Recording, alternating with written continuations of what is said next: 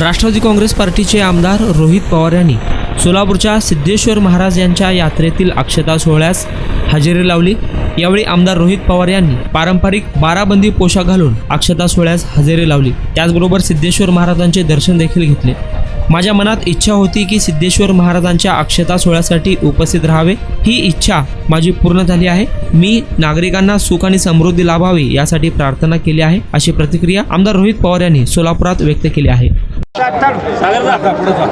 दादा, आज अक्षता सोहळ्याला आपण उपस्थिती लावलेली आहे, काय सांगाल? जेव्हा केव्हा मी सोलापूरला आलेलो आहे तेव्हा नेहमी मी श्री सिद्धेश्वर महाराजांचं दर्शन घेतलेलं आहे, नतमस्तक झालेलो आहे आणि माझ्या मनामध्ये इच्छा होती की अक्षता सोहळ्यासाठी मला संधी मिळावी, येता यावं आणि आज खरं तर मला येऊन खूप मनापासून आनंद झाला, एक प्रेरणा मिळाली, उत्साह जसा लोकांच्या मनामध्ये होता तसा माझ्या मनामध्ये सुद्धा उत्साह आलेला आहे।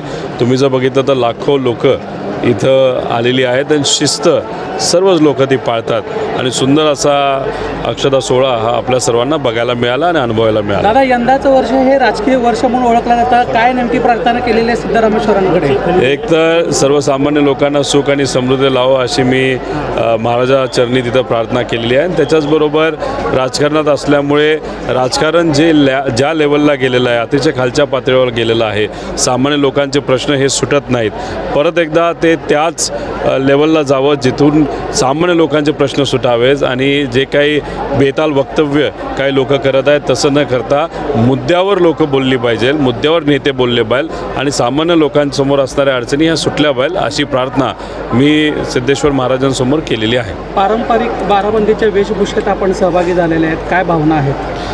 परंपरा जपणं हे आपल्या सगळ्यांची जबाबदारी आहे। विचार तेच ठेवणं महत्त्वाचं आहे।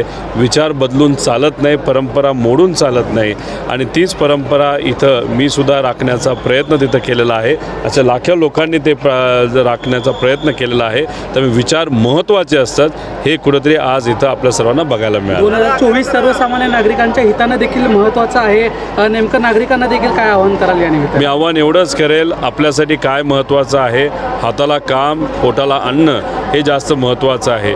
काही लोक वेगळ्या पद्धतीचं राजकारण करतील, समाजामध्ये ते निर्माण करण्याचा प्रयत्न करतील।